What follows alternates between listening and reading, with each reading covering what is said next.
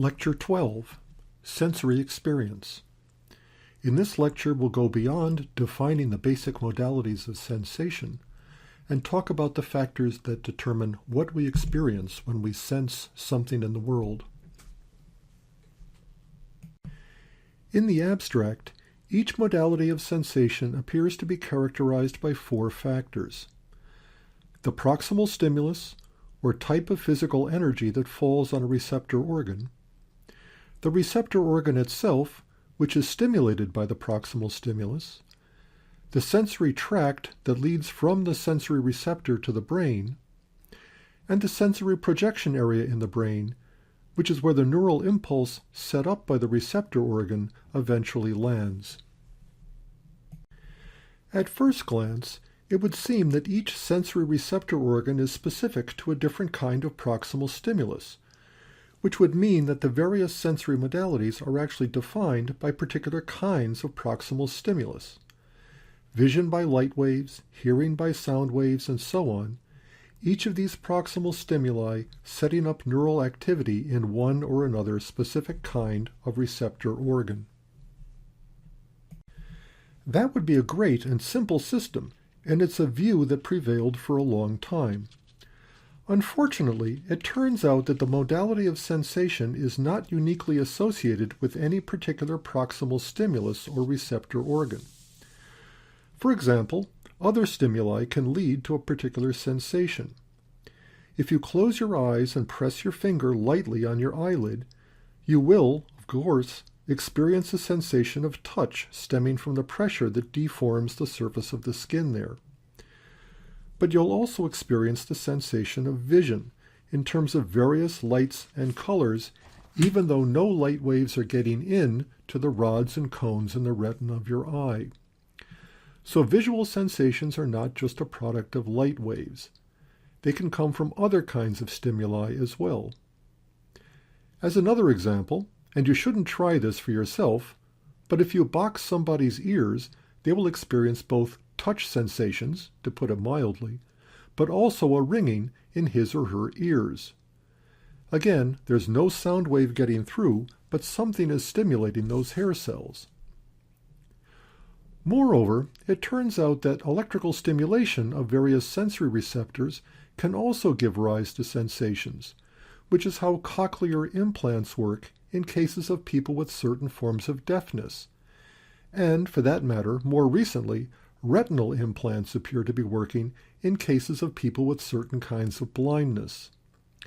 Again, the person experiences visual or auditory sensations, even though the stimuli usually associated with vision or hearing are not present.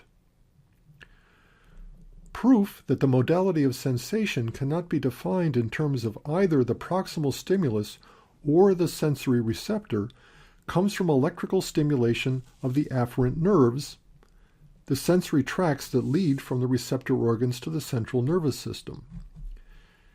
These also produce sensory experiences in various modalities, vision or audition or whatever, even though there has been no proximal stimulus in the usual sense, nor any activity in any sensory receptor. These kinds of considerations led the German physiologist Johannes Müller to formulate in 1826 what is now known as the doctrine of specific nerve energies. According to Müller, the modality of sensation is not determined by the proximal stimulus alone, or even by the activity in the sensory receptors, but rather by the stimulation of particular neural structures, particular nerves. These nerves might ordinarily be responsive to some specific proximal stimulus, but they can also respond to others. However the nerve becomes activated, that's the modality that you experience sensation in, because there are specific nerves for specific modalities. Müller's idea was a good one, and it stood the test of time, but it's had to be modified somewhat in light of 100 years of subsequent research. So, for example, in the early 20th century, Edgar Adrian, a British neurophysiologist, showed that there were no specific nerve energies that were unique to the various sensory nerves. All nerves, of whatever type, employ the same electrochemical principles of operation. And it's the same neural impulse that runs through every nerve, no matter what kind of nerve it is.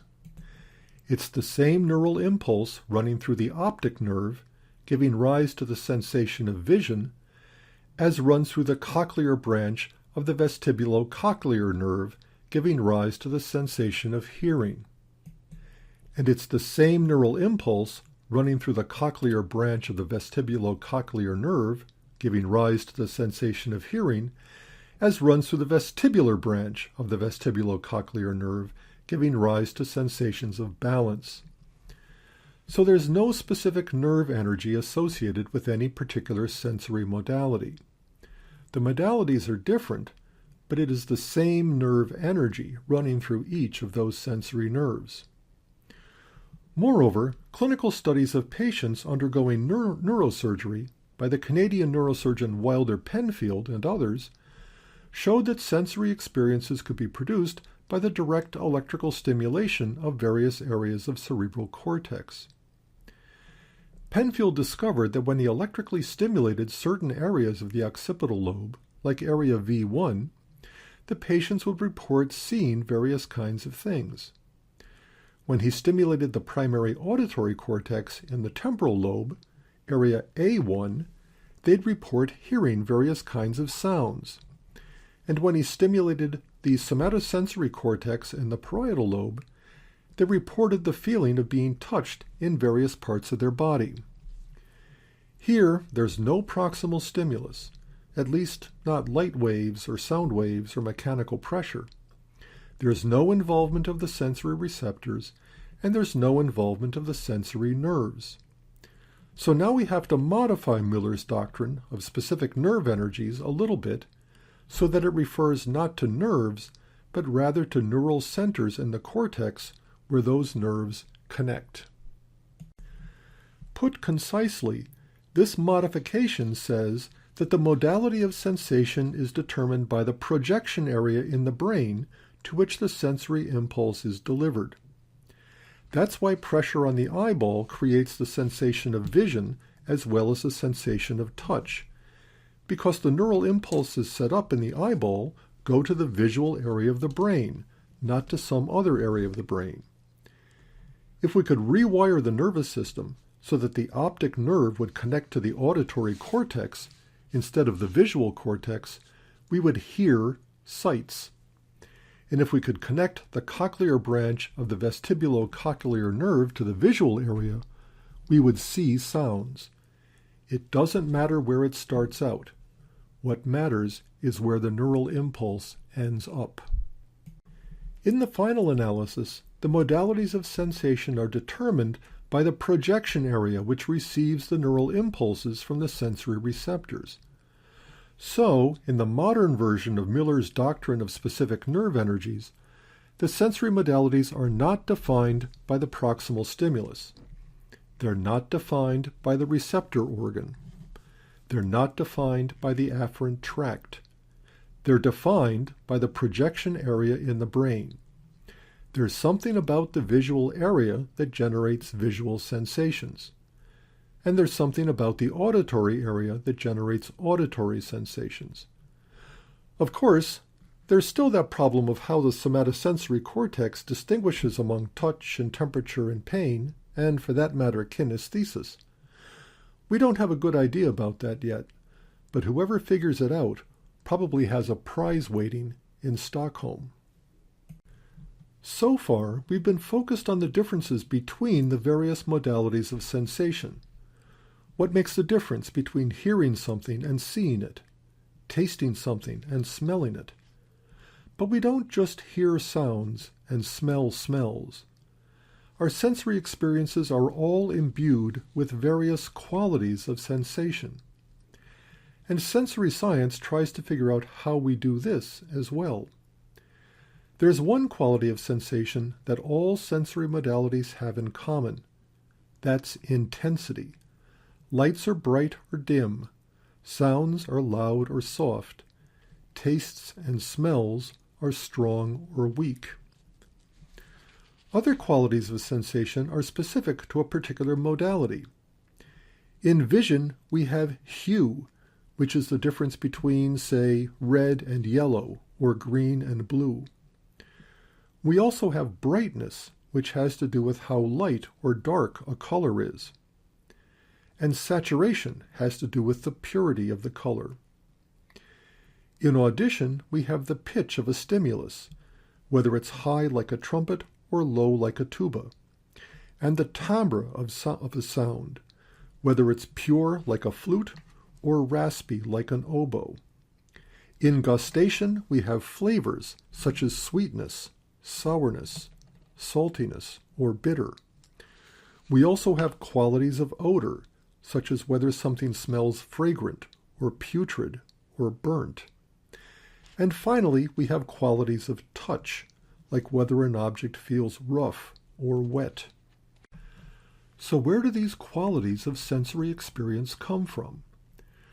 We can begin our analysis the same way that we analyzed the sensory modalities themselves, with the psychophysical principle that every psychological quality of a sensory experience appears to be related to some physical property of the corresponding stimulus.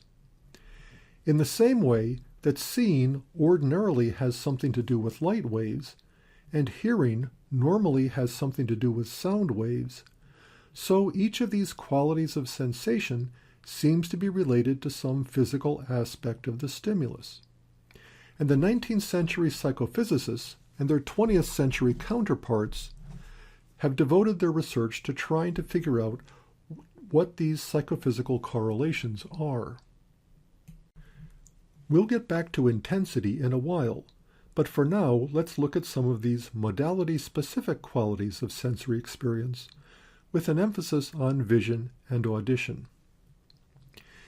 In vision, in addition to brightness, which is really just another word for intensity, we have two qualities, hue and saturation.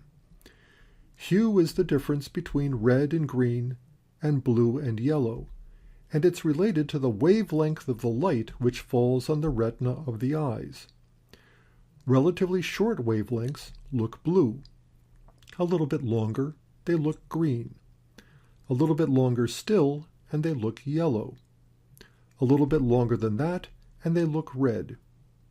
Here are examples of pure blue, about 465 nanometers in wavelength, pure green, about 495 nanometers, a pure yellow, 570 nanometers, and a pure red, about 700 nanometers in wavelength. Pure colors are highly saturated.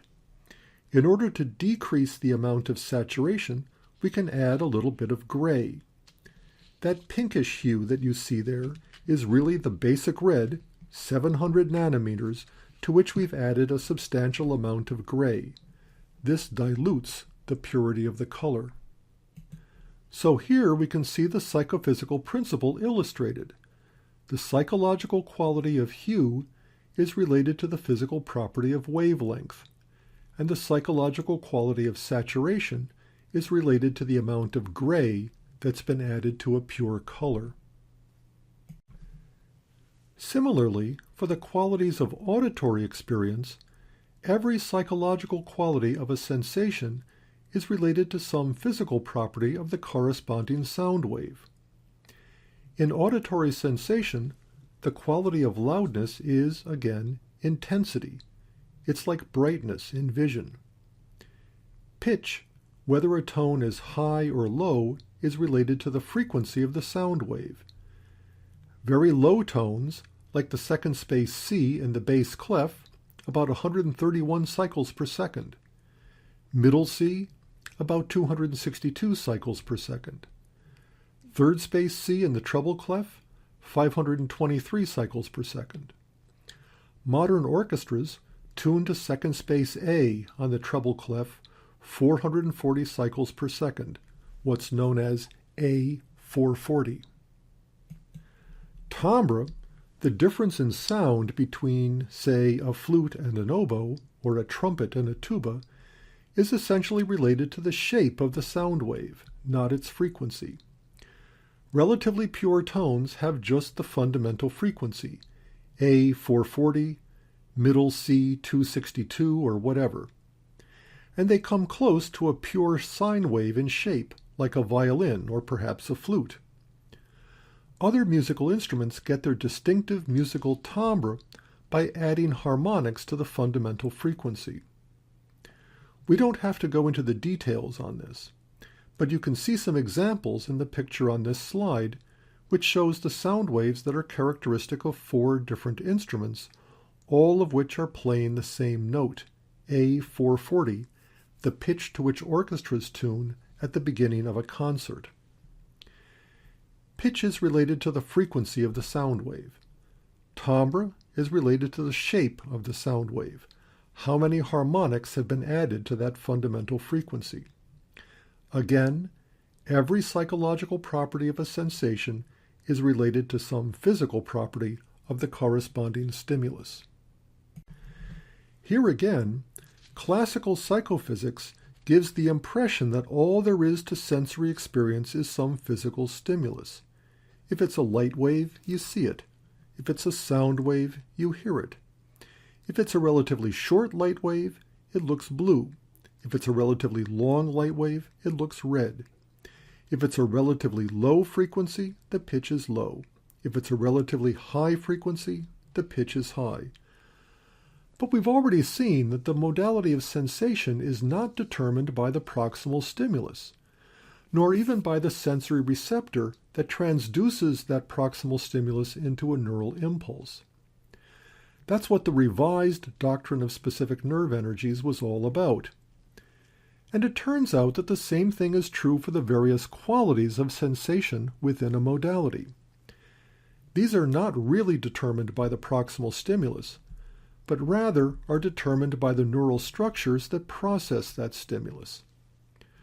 Hermann von Helmholtz, a physiological psychologist working in the 19th century, he was, in fact, Müller's student, summarized the situation with respect to the qualities of sensation with what we now think of as the doctrine of specific fiber energies, which says that just as every modality of sensation is mediated by a specific neural system, so within each modality, every quality of sensation is also mediated by a specific neural system.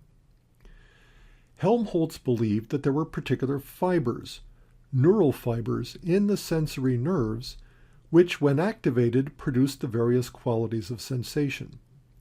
What distinguishes among the various qualities of sensation are the particular neural structures which are activated by sensory stimulation, not the proximal stimulus itself.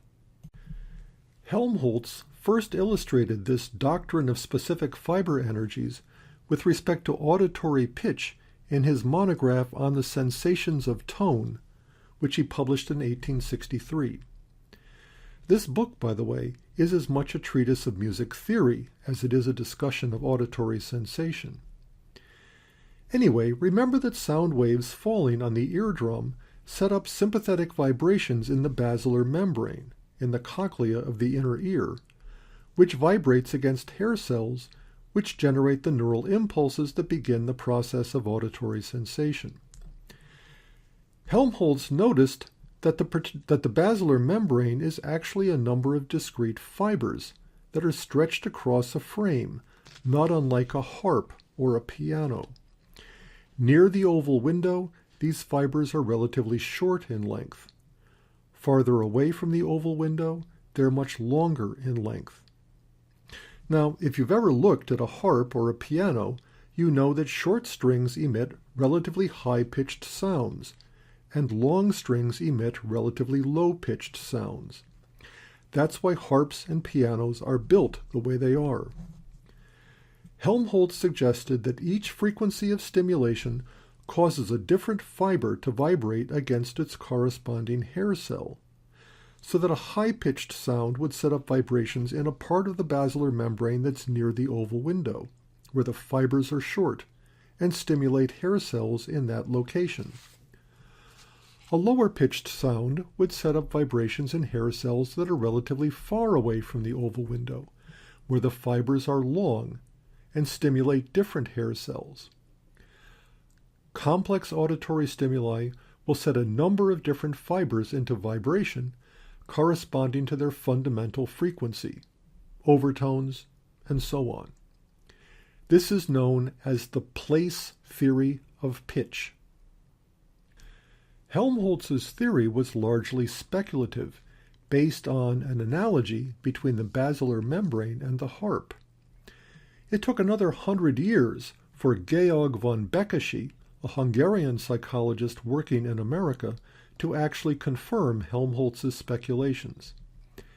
Békésy observed that high-frequency tones produced strongest vibrations in those portions of the basilar membrane that were nearest the eardrum, while lower frequency tones produced their strongest vibrations near the tip of the cochlea. And this appeared to confirm that pitch really is coded by the place where the basilar membrane receives its maximum stimulation. By the way, Békésy won the 1961 Nobel Prize for just this work. So you can see how the doctrine of specific fiber energies is supposed to work, and, for that matter, how the doctrine of specific fiber energies got its name. There are specific fibers corresponding to different frequencies of stimulation, and the activity of those fibers generates neural impulses which carry information about pitch through the auditory system. Helmholtz had a good idea, but the place theory of pitch has some problems discovered since Békésy, not the least of which is that at low frequencies the basilar membrane seems to vibrate as a whole, not just in some particular location corresponding to a long or a short fiber. And, in fact, at these low frequencies, the basilar membrane seems to vibrate at a frequency that roughly corresponds to the frequency of the stimulus. Accordingly, we now supplement Helmholtz's place principle with a couple of other principles in what has come to be called a duplex theory of pitch perception. Duplex because there are actually two processes involved: Helmholtz's place principle and another frequency principle. According to the frequency principle, there's a direct translation of the frequency of the sound wave into the frequency with which the basilar membrane vibrates, and the frequency of the neural impulse that is set off by those vibrations. Unfortunately, a pure frequency principle can't work for frequencies of stimulation much above 1,000 cycles per second, because there's a ceiling on the frequency with which any neural impulse can be generated, imposed by the refractory periods of the neurons involved. They just can't fire faster than about 1,000 times per second. To compensate for the fact that neurons can't fire more than about 1,000 times per second, we have a volley principle proposed by Ernest Weaver and Charles Bray, two sensory psychologists, according to which neighboring neurons take turns firing, so that one neuron is firing while another is in its refractory period. Think about the military battles of the 18th and 19th centuries, before the invention of repeating firearms, where one rank of soldiers fired their muskets and then knelt down to reload while the next rank rose up and fired. Or, for that matter, medieval archers who did much the same thing.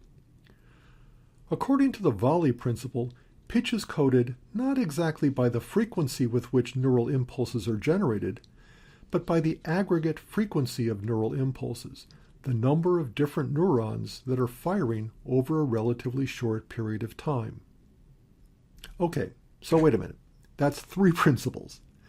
But the term duplex theory implies that there should only be two. But if you think about it for a second, there are really only two principles involved, because the frequency principle and the volley principle are actually the same principle, that the frequency of the stimulus is coded by the frequency of the resulting neural impulse. At low frequencies, the neural impulse is generated directly. At higher impulses, by means of volleys. That and the place principle make up the two principles in the duplex theory. Note that between about 500 and about 4,000 cycles per second, both principles seem to be working.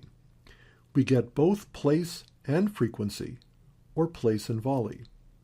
And it turns out that pitch discrimination is particularly good in this range, probably because we've got two different principles going for us.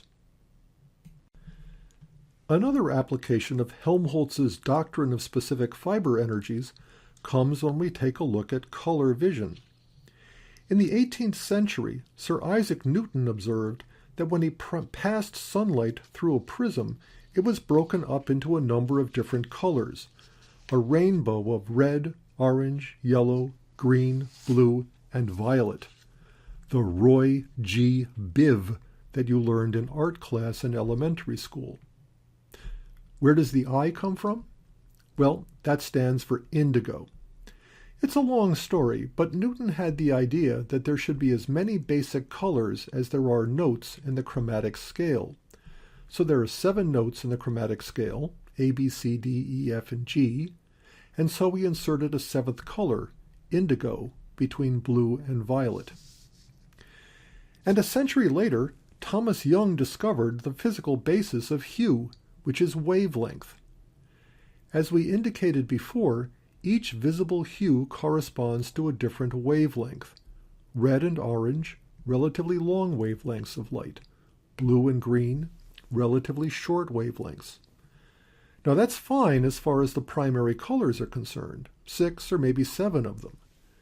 But it turns out that the human eye is able to distinguish among about 7 million different shades of color that are produced by unique combinations of hue and brightness and saturation. Pantone, the famous Dutch paint company, offers a color wheel with more than 3,000 specific hues, including about 300 shades of blue. And the question is, how do we keep all this straight? It turns out that you can get all the colors that we can discriminate in the human eye from just a small number of primary colors, when you add in the additional dimensions of brightness and saturation. Newton thought that there were 7 primary colors, Roy G. Biv, and we know that the cones in the retina are sensitive to different wavelengths of light. So maybe there are 7 different kinds of cones in the retina, each sensitive to that wavelength of light which corresponds to each different primary color.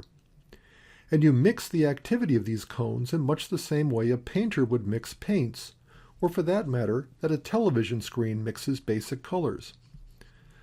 So, following this logic, instead of having 1 cone for each different wavelength of light, we might have just 7 cones spread across the visible spectrum, each sensitive to a different portion of that visible spectrum. But it turns out that you don't need 7 for this purpose either.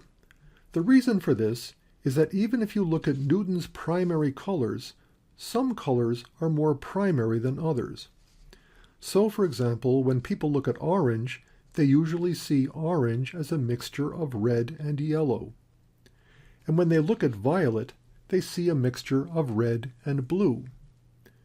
But the remaining colors, red, blue, yellow, and green, they don't look like mixtures of anything. They just look like what they are. So we might have just 4 different kinds of cones, each sensitive to the wavelengths corresponding to the red, blue, yellow, and green, and producing all the other visible colors by some mixture.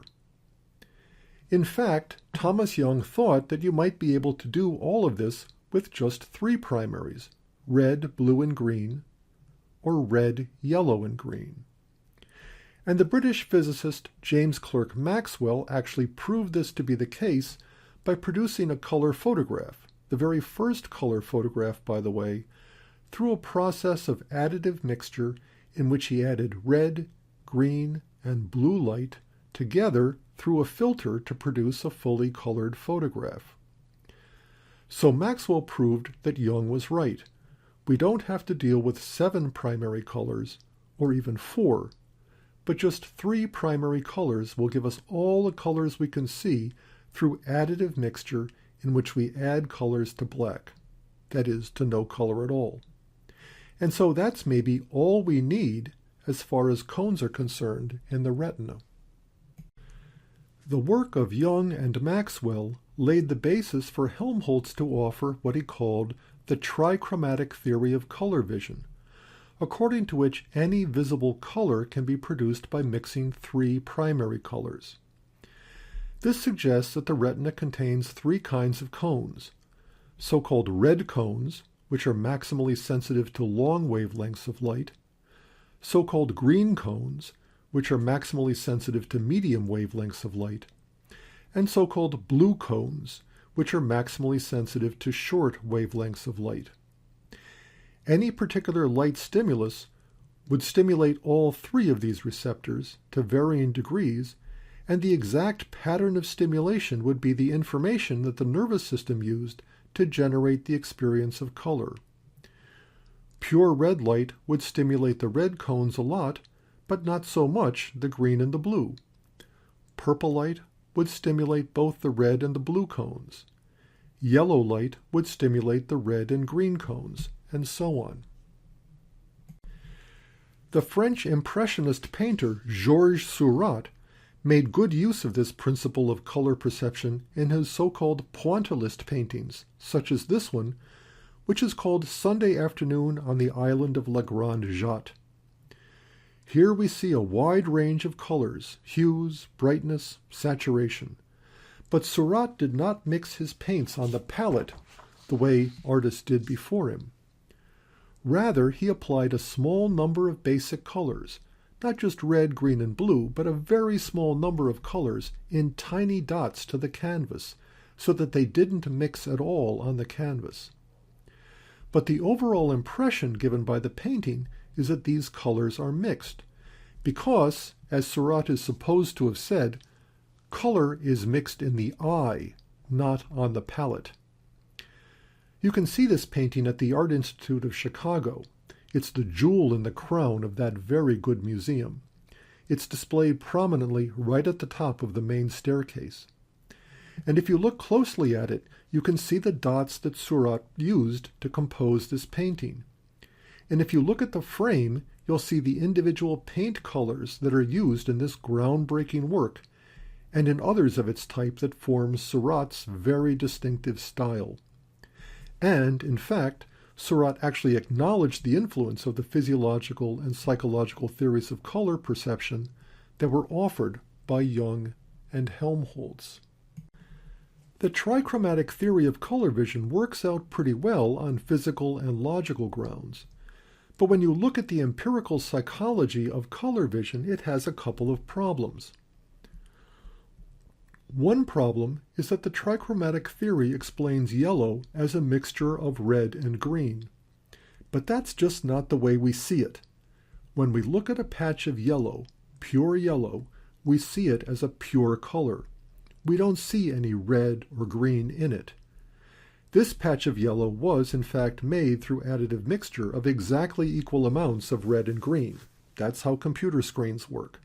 But I defy you to see any red or green there. We experience yellow as a primary color, as a pure color, not as a mixture of anything. Now this by itself is not a serious problem, because it just means that maybe there are 4 different color receptors, not 3. Maybe there's one for yellow, in addition to the ones for red, green, and blue. Second, it turns out that there are 2 principal forms of color blindness. One, monochromacy, in which the person loses all color sensitivity and sees the world in basically black and white and shades of gray. And second, dichromacy, where the person loses red and green, but not yellow and blue. Dichromacy, in turn, comes in 2 forms. Protanopia, where the person loses red receptors in the retina, and deuteranopia, where the person loses green receptors. The interesting thing is that if you lose your red receptors, green goes too. If you lose your green receptors, red goes too. This particular pattern of color blindness is a real puzzle for the trichromatic theory, a puzzle that's exacerbated by the phenomenon of negative after images, which I'll demonstrate beginning in the next slide. I want you to keep your eyes focused on this image for a fairly long period of time. Position your cursor on the screen or your finger on your mouse so you can advance to the next slide when I tell you to. But don't advance to the next slide yet. Just keep your eyes focused on this image for the next 60 seconds or so. Stay focused on the image.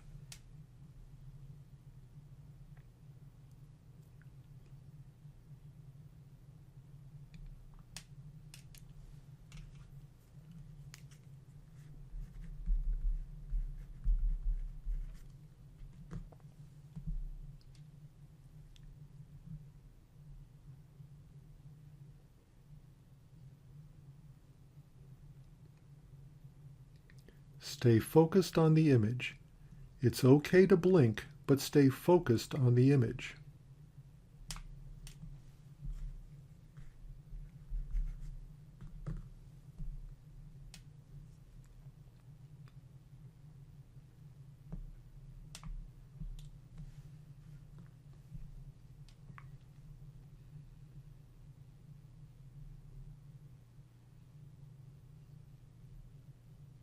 Stay focused.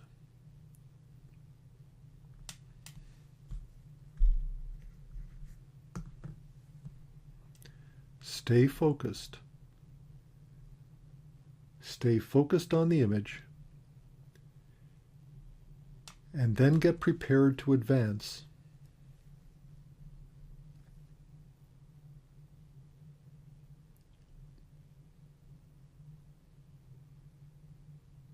Now advance. So, what did you see? If the demonstration worked the way I hope it worked, what you saw was an image of the American flag in its true colors, red, white, and blue. This is known as a negative afterimage, in which one color is replaced by its opposite on the color circle. Red replaced by green, green replaced by red, yellow replaced by blue, and blue replaced by yellow. If you didn't get the afterimage this time, try the demonstration again, and try staring at the target for a longer period of time, or try not to blink so much. Incidentally, the negative afterimage is a theme that crops up a lot in the work of the American artist Jasper Johns, sometimes thought of as a pioneering pop artist, and sometimes thought of as a neo-Dadaist. Here's his painting Target from 1974, composed of primary colors. You can see them all here: red, blue, green, yellow. You can even see orange and purple.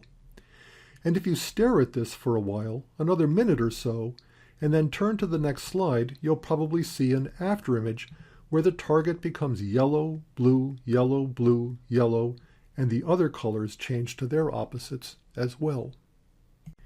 Here's another blank screen, in case you want to try the afterimage for yourself. Jasper Johns painted a number of different versions of Target. It was one of his favorite subjects. In this version, he explicitly references negative afterimages. You can see in the right-hand portion that there's actually a black dot in the center of the target to focus on. And in the left-hand portion, there is a gray field, also with a dot, to bring out the afterimage. And if you stand in front of this painting close enough and look at it long enough, and then shift your eyes from the right-hand portion to the left-hand portion, you'll actually see the negative afterimage. This is clearly John's intent. Here's another of Jasper Johns' paintings, where his intention is very clear. This is, in fact, the painting that formed the basis for the demonstration of negative afterimages from a couple of slides ago. It's John's painting Moratorium from 1969. Jasper Johns painted lots of flags. Most of them were standard American flags, red, white, and blue, but this one is painted in its negative afterimages. You stare at it for a long time, and then switch to a gray or white background, and you'll see the red, white, and blue flag appearing just like normal. In fact, the next slide has a gray field just so you can try it for yourself. And here's just a blank field to bring out the afterimage of John's painting Moratorium. Johns loved to paint flags as much as he loved to paint targets. Here's another one, which also explicitly references negative afterimages. Note the fixation points in the upper and lower portions of the painting. But enough show and tell for your next cocktail party. Let's get back to sensory qualities and finish up the case of color vision.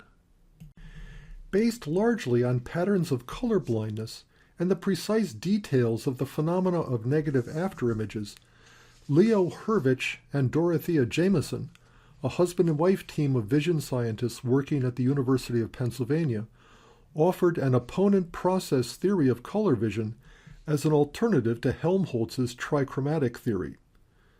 And, in fact, Hurwicz and Jameson based their work on the work of another 19th century psychophysicist, Ewald Hering, a German investigator who was, in many respects, Helmholtz's rival. The opponent process theory takes Helmholtz's trichromatic theory as a start. They say, yes, there are rods that are sensitive to the presence and absence of light, and yes, there are 3 different kinds of cones, maximally sensitive to long, medium, and short wavelengths, just like Helmholtz said there were. But that's not the end of the story.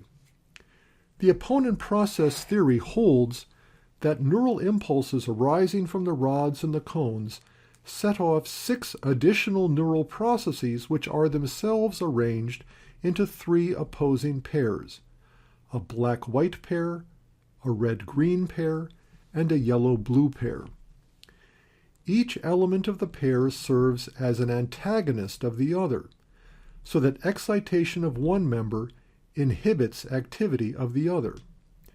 Thus, pure red light stimulates the long wavelength cone, which sends neural impulses to the red-green neural system, exciting the red element but inhibiting activity in the green element.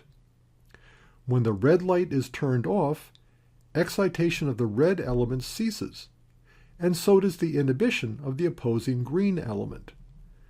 This disinhibition of the suppressed green element produces a green negative afterimage after stimulation by red. The same thing happens with blue light. Short wavelengths stimulate cone elements that are especially sensitive to short wavelengths of light, and this activity is then passed to the blue element of the blue-yellow opponent process. As long as that blue element is active, it inhibits the yellow element. But when the blue light is turned off, the activity in the blue opponent process ceases, and the yellow opponent process is disinhibited, so that you get yellow as a negative afterimage of blue. Something similar happens in achromatic afterimages, where a black line against a white background will activate the black element in the black-white opponent process, and then when it's taken away, you'll get a negative image of white on black. How the opponent processes work is actually more complicated than this. This is a short version of the story, and it's the version of the story that I want you to know at this level of the course. If you're really interested in it, you'll learn more than you want to know about the opponent process theory if you take an advanced course in sensation and perception. The important thing is that the 7 million colors we can distinguish are all produced by the stimulation of just one kind of rod and 3 kinds of cones in the retina, which in turn activate and inhibit 3 color systems located elsewhere in the neural system supporting vision. It's the activity of these neural systems that generate our experience of red and yellow, and blue and green, orange and violet, and even indigo, and all the other colors as well. That's not the end of it, though, in either audition or in vision. It turns out the primary auditory cortex in area A1 of the temporal lobe is organized tonotopically. That is to say, there are regions of auditory cortex where adjacent cells or adjacent regions respond to adjacent auditory frequencies. And for vision, The opponent process system seems to be located in the lateral geniculate nucleus and maybe in area V8 of the occipital lobe. We know that area V8 is specialized for color, and patients who have suffered damage to this area of occipital cortex usually show achromatopsia, or complete color blindness. In the final analysis, it's the stimulation of a particular area of auditory cortex that gives rise to the experience of a particular pitch, high or low. And it appears to be stimulation of a particular area of the lateral geniculate nucleus, if not area V8 as well, that gives rise to a particular sensation of color, red or blue or purple or orange or yellow or whatever. The point is that when it comes to the qualities of sensation, the situation is very similar to what it was when we discussed the modalities of sensation. It doesn't matter how it starts out. It matters where it goes. Light waves normally stimulate the retina, which generates neural impulses which end up in occipital cortex and give rise to the sensation of seeing. Sound waves ordinarily stimulate the basilar membrane, which gives rise to neural impulses that go to the auditory cortex and give rise to the experience of hearing. But remember that the modality of sensation is not determined by the nature of the proximal stimulus, and it's not determined by the nature of the receptor organ. If we could change the wiring of the brain so that your retina connected to the auditory area and your cochlea connected to your visual area, we would hear lights and we would see sounds.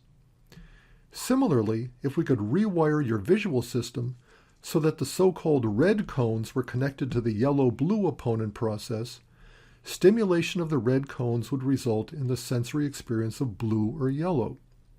And if we could connect the so-called blue cones up to the red-green opponent process, stimulation of the blue cones would give rise to the experience of red or green. It doesn't matter where it starts out.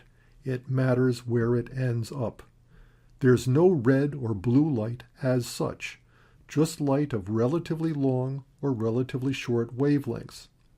And despite the way I've been referring to them, there are no red and blue cones as such either, just receptors that are most responsive to particular wavelengths of light.